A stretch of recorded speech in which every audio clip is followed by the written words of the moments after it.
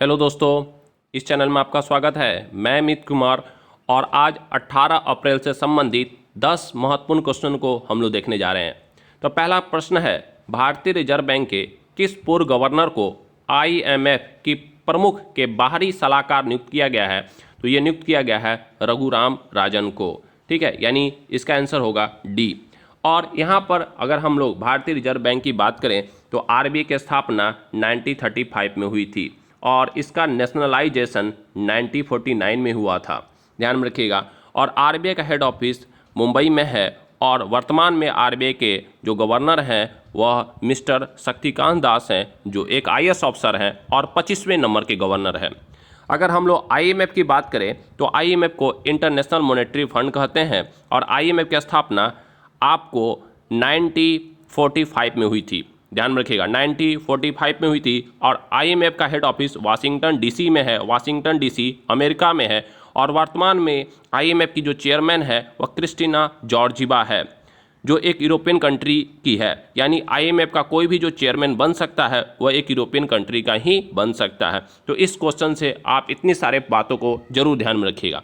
Next question है कि एशियाई मुक्केबाजी चैंपियनशिप 2020 की मेजबानी निम्न में से कौन सा देश करेगा? तो इसकी मेजबानी अपना भारत करेगा, यानी डी आंसर। नेक्स्ट क्वेश्चन है, आरबीआई गवर्नर शक्तिकांत दास ने नकदी प्रवाह यानी कैश फ्लो बनाए रखने के लिए हाल ही में रिवर्स रेपो रेट यानी RRR में कितने प्रतिशत कटौती करने की घोषणा की है? यानी इसका आंसर होगा 0.25%।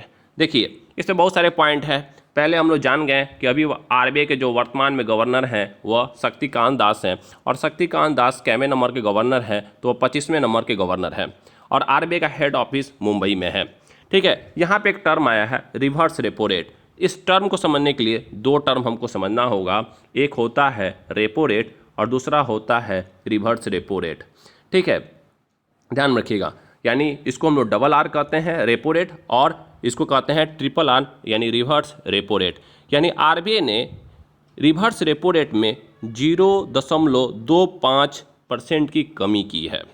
यानी रेपो रेट वह रेट होता है जिस पर कोई भी बैंक, कोई भी शेड्यूल बैंक आरबीआई से शॉर्ट टर्म के लिए लोन लेती है। यानी आप ध्यान रखिएगा, रेपो रेट वह रेट होती है जिसमें कोई भी शेड्यूल बैंक मतलब जो आरबीआई के शेड्यूल में लिस्टेड हो, कोई भी शेड्यूल बैंक आरबीआई से शॉर्ट टर्म के लिए लोन लेती है, उसको हम लोग रेपो रेट कहते हैं। और रिवर्स रेपो रेट वह रेट होती है जब कोई भी बैंक अपना पैसा आरबीआई के पास पार करती है। यानी जब कोई भी बैंक के पास, यानी कोई भी शेड्यूल बैंक के पास जब सरप्लस मनी हो जाता है तो आरबीआई के पास अपना पैसा पार करती है, उसको हम लोग रिवर्स रेपो रेट कहते हैं। तो दो टर्म आप ध्यान में रखिएगा, दोनों शॉर्ट टर्म लोन होता है। दोनों कैसा लोन होता है? शॉर्ट टर्म लोन होता है। और एक पॉइंट यहाँ पर है कि जब आरबीआई 1% की कटौती करे तो हम लोग उस टर्म में इसको हम लोग कहते हैं 100 बेसिस पॉइंट, यानी 1% को हम लोग लेते हैं 100 बेसिस पॉइंट। ध्यान समझिए, ठीक है ना। 1% को क्या कहते हैं? 100 बेसिस पॉइंट। यानी 2.5% की कमी हुई है तो वहाँ टर्म यूज किया जाएगा 25 बेसिस पॉइंट। क्लियर है? ध्यान रखिएगा। यानी अगर 0.50 की कटौती करें तो हम वहाँ वर्ड यूज करेंगे 50 बेसिस पॉइंट। तो यानी रिवर्स रेपो रेट में जो कटौती की गई है वह 0.25% की कटौती की गई है, तो वहाँ हम लोग वर्ड यूज करेंगे 25 बेसिस पॉइंट। यानी वर्तमान में जो रिवर्स रेपो रेट हो गया है वह 3.75% हो गया। चलिए नेक्स्ट क्वेश्चन है, कोरोना वायरस के साए में हाल ही में किस देश में हुए संसदीय चुनाव में राष्ट्रपति मून जे इन ने जीत हासिल कर ली है?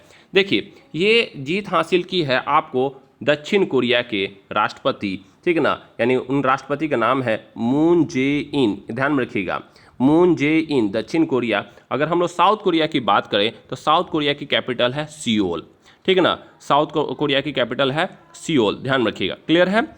चलिए नेक्स्ट क्वेश्चन है, हाल ही में किस राज्य के वैज्ञानिकों ने कोविड-19 वायरस का जीनोम सीक्वेंस खोज निकालने का दावा किया है? तो यह दावा गुजरात के वैज्ञानिकों ने किए हैं और गुजरात के सीएम के नाम हम लोग विजय रूपानी जानते हैं। चलिए नेक्स्ट क्वेश्चन कह रहा है, कि भारतीय क्रिकेट टीम के किस खिलाड़ी को दुबई स्थित क्रिकेट अकादमी क्रिक किंगडम का ब्रांड नियुक्त किया गया है? तो ये ब्रांड नियुक्त किया गया है रोहित शर्मा, यानी जो कोविड-19 से अभी हम लोग जो प्रभावित हैं, यानी कोरोना वायरस से लेकर जो अभी महामारी फैली हुई है, उसको देखते हुए ये जो क्रिकेट एकेडमी है इस वायरस के बाद ऑनलाइन टीचिंग की भी बात कर रही है, ठीक ना। इसी में ब्रांड एम्बेसडर जो नियुक्त किया गया है वो रोहित शर्मा को नियुक्त किया गया है। नेक्स्ट क्वेश्चन, किस संस्था के मुताबिक कोरोना वायरस महामारी के कारण इस साल एशिया की आर्थिक वृद्धि दर शून्य रह सकती है? तो ये अभी हाल ही फिलहाल में एक रिपोर्ट आया है और रिपोर्ट दी है IMF यानी इंटरनेशनल मॉनेटरी फंड यानी अंतर्राष्ट्रीय मौद्रिक संगठन ने यह बताया है कि एशिया की जो आर्थिक वृद्धि होगी, ठीक ना, वह क्या हो सकती है? शून्य रह सकती है। क्लियर है? चलिए नेक्स्ट क्वेश्चन, विश्व हीमोफीलिया दिवस निम्न में से किस दिन मनाया जाता है? तो हीमोफीलिया दिवस जो है 17 अप्रैल को मनाया जाता है। ध्यान रखिए, काफ़ी इंपॉर्टेंट क्वेश्चन है। हीमोफीलिया दिवस 17 अप्रैल को मनाया जाता है और इस बार जो हीमोफीलिया दिवस का जो थीम था गेट इन्वॉल्व्ड, अगर हम लोग पूछ दिया जाएगा गेट इन्वॉल्व किसका थीम था, तो विश्व हीमोफीलिया दिवस का। और हीमोफीलिया दिवस कब मनाई जाती है? प्रत्येक साल 17 अप्रैल को मनाई जाती है। भारत में हीमोफीलिया न के बराबर है, पर जागरूकता फैलाने के लिए ऐसा किया जाता है। और हीमोफीलिया एक डिजीज है जिसको हम लोग जेनेटिकल डिजीज कह सकते हैं, ठीक ना। हीमोफीलिया क्या है? एक आनुवांशिक रोग है और सबसे पहले क्वीन विक्टोरिया में यह पाया गया था, इसलिए हीमोफीलिया को हम लोग रॉयल डिजीज भी कहते हैं। ध्यान रखिएगा, बहुत इंपॉर्टेंट क्वेश्चन है। हीमोफीलिया को रॉयल डिजीज भी कहते हैं।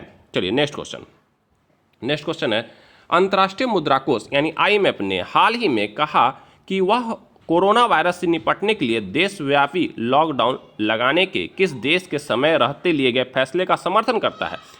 ये बहुत इंपॉर्टेंट क्वेश्चन है और हम लोग जान रहे हैं कि जो कोरोना वायरस से डेवलप कंट्री यानी विकसित देश में भी महामारी फैली हुई है, विकसित देश काफ़ी त्राहिमाम है, तो उसमें भारत की स्थिति काफ़ी हद तक सही है। तो इसको लेकर रिपोर्ट आया है जिसमें IMF ने भारत की सराहना की है। चलिए नेक्स्ट क्वेश्चन है कि राष्ट्रीय पालतू दिवस यानी नेशनल पेट डे हर साल किस दिन मनाया जाता है? काफ़ी महत्वपूर्ण प्रश्न है और ये बनाया जाता है 11 अप्रैल को। और इसकी शुरुआत कब की गई थी? तो इसकी शुरुआत 2006 से की गई थी, यानी जो हम लोग पालतू पशु रखे हैं उसको वहाँ से मुक्ति दिलाना, उसको ज़्यादा लोगों के संरक्षण में नहीं रखना, इसलिए नेशनल पेट डे मनाया जाता है।